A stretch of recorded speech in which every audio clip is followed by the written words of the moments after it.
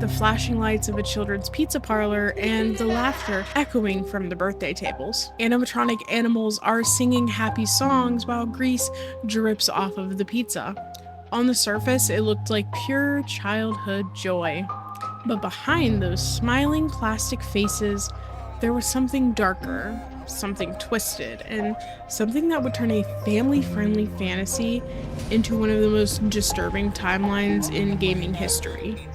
Somewhere between those arcade machines and the security cameras, lives were destroyed. This is the story of Five Nights at Freddy's, the timeline of the missing children, the haunted machines, and the one family whose nightmare became the backbone of the horror gaming culture. And you already know that crime, conspiracy, creepy cults, and now haunted robots are my absolute love language, and I know they're yours too. So buckle up, because we are peeling back every single layer of this disturbing story. Let's crank this into high gear, flicker the lights, and step straight into the jaws of Freddy Fazbear's Pizza together.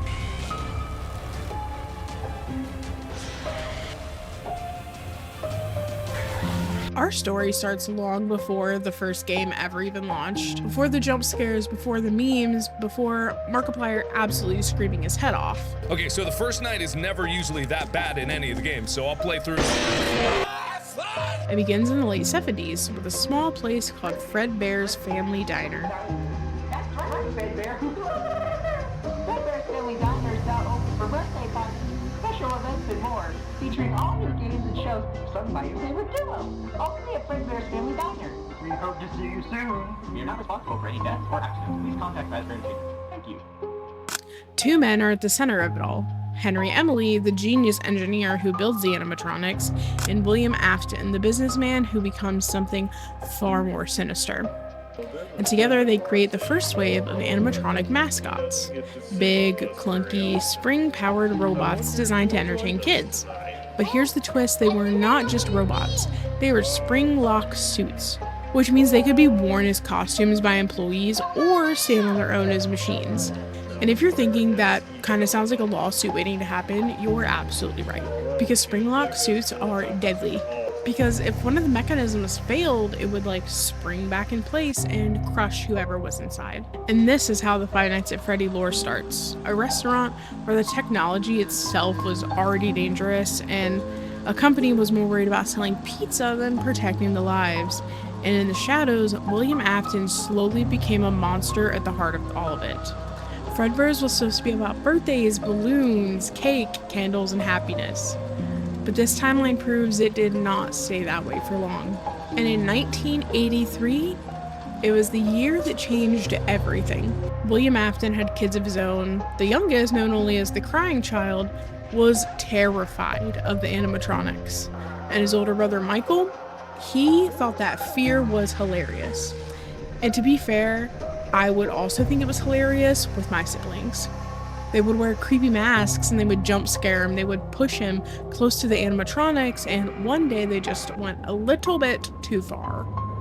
It happened at Fredbear's, and the kids picked up the crying child and shoved his head into the mouth of Fredbear himself, and you guessed it, one of the spring-lock suits. The crowd screamed and the brother froze, and the crying child was crushed right there in front of everyone.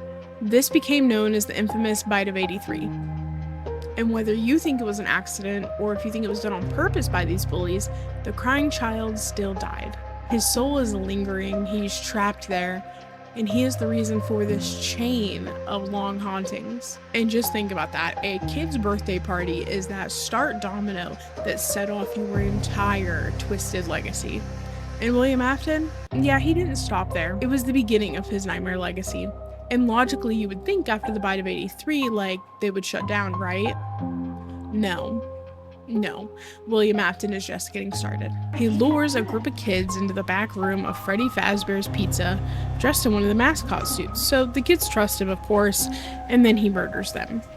But here's the thing, the kids don't just die, they don't move on.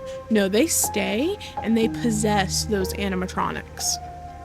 Freddy, Bonnie, Chica, Foxy, those are not just animatronics anymore.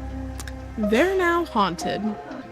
And then there's Golden Freddy, and fans debate this one, but most believe he's the spirit of Cassidy, one of the murdered kids, and Golden Freddy doesn't even act like a normal animatronic, it's ghost-like. It glitches, it's a shadow of pure rage. So obviously parents start to complain, rumors are going around, so what do? Naturally, they just rebrand. New look, new Freddys. Like that makes the people forget about the dead children. Because I don't know what screams family fun more than a pizzeria with multiple murder scandals. They roll out these new toy animatronics, so Toy Freddy, Toy Bonnie, Toy Chica, and Mangle. They even add new tech like facial recognition and night vision. Like, on paper, it's supposed to stop predators, except this is Five Nights at Freddy's, so obviously that doesn't work. The toys are actually just creepier, and they're haunted too. But the most important character here is the puppet. The puppet is Henry Emily's daughter, Charlotte. She was locked outside during a party and murdered by William Afton. Her soul attaches to the puppet, and she's the one who goes on to give life to the kids. She's basically the reason why these animatronics become way more than machines. And then we get into the infamous bite of '87. During the day, in front of a crowd, one of the animatronics bites a security guard in the head, and somehow he survives, but he's left with permanent brain damage. Imagine being a parent in that restaurant, you bring your kid there for a birthday party, and then someone's face gets chewed off. And once again, Fazbear Pizzeria doesn't close, because corporate greed is more important than these dead children. And now here's where William Afton takes things to another level. He builds a secret underground facility called Circus Baby's Entertainment and Rental. It's like a mix of a kid's party service and like a science experiment gone wrong. He created a new set of animatronics. Circus Baby, Ballora, Funtime Freddy, Funtime Foxy. They're flashy and high-tech and secretly built with murder devices. Circus Baby, for example, literally has a claw inside of her stomach designed to grab kids. And of course, Afton's daughter Elizabeth ignores the father's warnings, goes near the baby, and gets snatched. Killed instantly, her soul becomes trapped inside Circus Baby.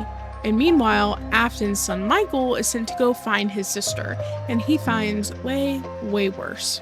The animatronics reveal themselves as haunted. They trick Michael and merge into a horrifying creature called Ennard. And then they climb inside of Michael, wearing him like a skin suit to escape the facility. Yeah, you heard that right. They literally crawled inside of him. Disgusting. Eventually, Michael's body rejects Ennard and he vomits them out. But here's the disturbing part. He doesn't die. His body just keeps going, like a hollowed out zombie shell. From that point on, Michael's basically the Walking Dead. And instead of just giving up, he decides that his life's purpose is to undo the evil that his father did, which leads us right into the first Five Nights at Freddy game. Now we've hit the point that started it all for us players. Five Nights at Freddy's won in 1993. Michael Afton, now older, takes a job as the night guard at Freddy Fazbear's Pizza. It looks simple on paper, you watch the cameras, keep the doors locked, and survive till morning. Yeah, except the animatronics roam the halls like it's the literal freaking plague. Freddy, Bonnie, Chica, and Foxy are all possessed by the kids that William Afton murdered, and now they are hunting Michael. We also hear Phone Guy, the mysterious voice leaving instructions every night, and he warns you and gives hints, and eventually his messages stop, which heavily implies that he was killed by the animatronics too. The first game was super simple as far as mechanics go, but as far as lore, oh, it was rich with lore. Michael is not working here by accident. He's trying to figure out what his father did and maybe possibly undo some of it. And by the end, the restaurant shuts down again, but like always, Freddy's doesn't stay closed for long. And while Michael's trying to clean up the mess, William Afton makes his deadliest mistake. See, William tries to cover his tracks by dismantling the animatronics and thinking if he destroys the evidence, the spirits will finally rest. But it doesn't work. Because, of course, why would it? The spirit of the murdered children appear and chase him through the pizzeria. He panics and hides inside one of the old spring lock suits. And then, the spring lock fails. The metal snaps shut and crushes him alive inside the suit. Blood, metal, machinery, all fusing together. he doesn't just die. His soul binds to the suit and creating the monster we know today as Springtrap. And yeah, if you thought Freddy was scary, this is William Afton's corpse stuffed inside a decaying animatronic rabbit. Literal nightmare fuel. And as horrifying as that sounds, he still isn't gone because William Afton is just like Michael Myers and refuses to die. So years later, they start treating these murders kind of like an urban legend. And what do? They build a haunted house called Fazbear's Fright. Because why would you turn something already frightening into a literal haunted house? No, I couldn't go there. Not enough money in the world would make me go there. It's supposed to be kind of like a spooky walkthrough attraction based on Freddy's stories. You know, animatronic props, arcade cabinets, creepy memorabilia. But while they're digging up artifacts for the attraction, can you guess who they find? Springtrap. Like, imagine this, you're working in what you think is a fake haunted house, and the monster roaming the halls is an actual, reanimated serial killer corpse. Yeah, good luck clocking in for that night shift. No, absolutely not. The attraction obviously didn't last long. Like everything in Five Nights at Freddy, it ends in flames, and Fazbear's Fright burns to the ground, supposedly taking Springtrap with it. But please remember this rule from all horror and anything serial killer and spooky: if you don't see the body, they're not dead. Springtrap survives the fire, and William Afton, even in death, just won't let go. Springtrap survives the fire, and William Afton, even in death, refuses to let go. So now we're at one of the most, honestly, important turning points in the whole timeline, Freddy Fazbear's Pizzeria Simulator. At first, it looks like a goofy little tycoon game, but your restaurant, build your restaurant, decorate, add animatronics, cute, right? No, it's literally a trap. Do you remember Henry, Emily, the guy from the beginning, the engineer? Yeah, he's back, unfortunately, and he's done messing around. He sets up this pizzeria to lure in every haunted animatronic that's still wandering around.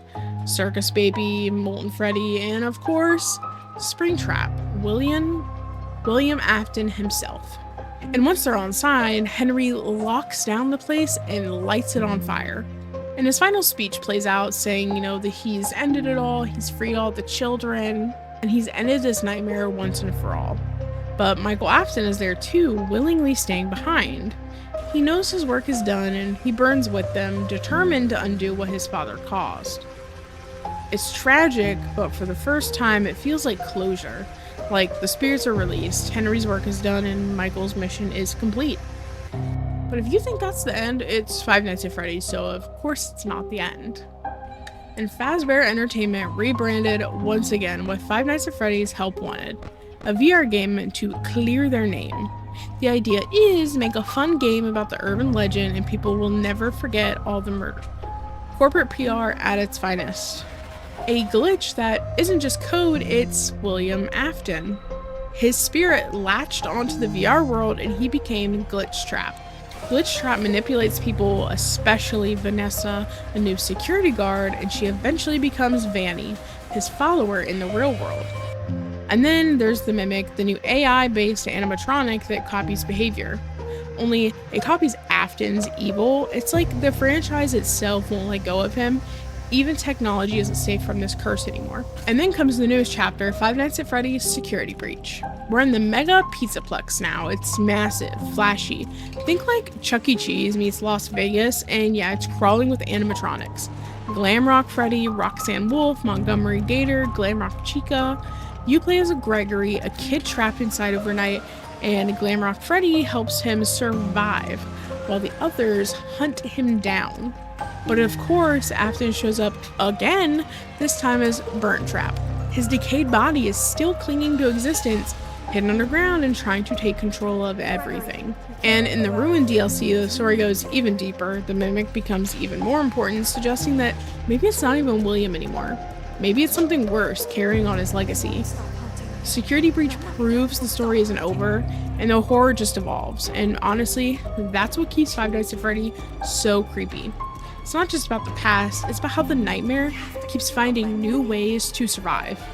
And that is the full, twisted-ass story of Five Nights at Freddy's. Are you still brave enough to eat at a pizzeria after this? Because no, Couldn't be me. Sorry, I couldn't do it.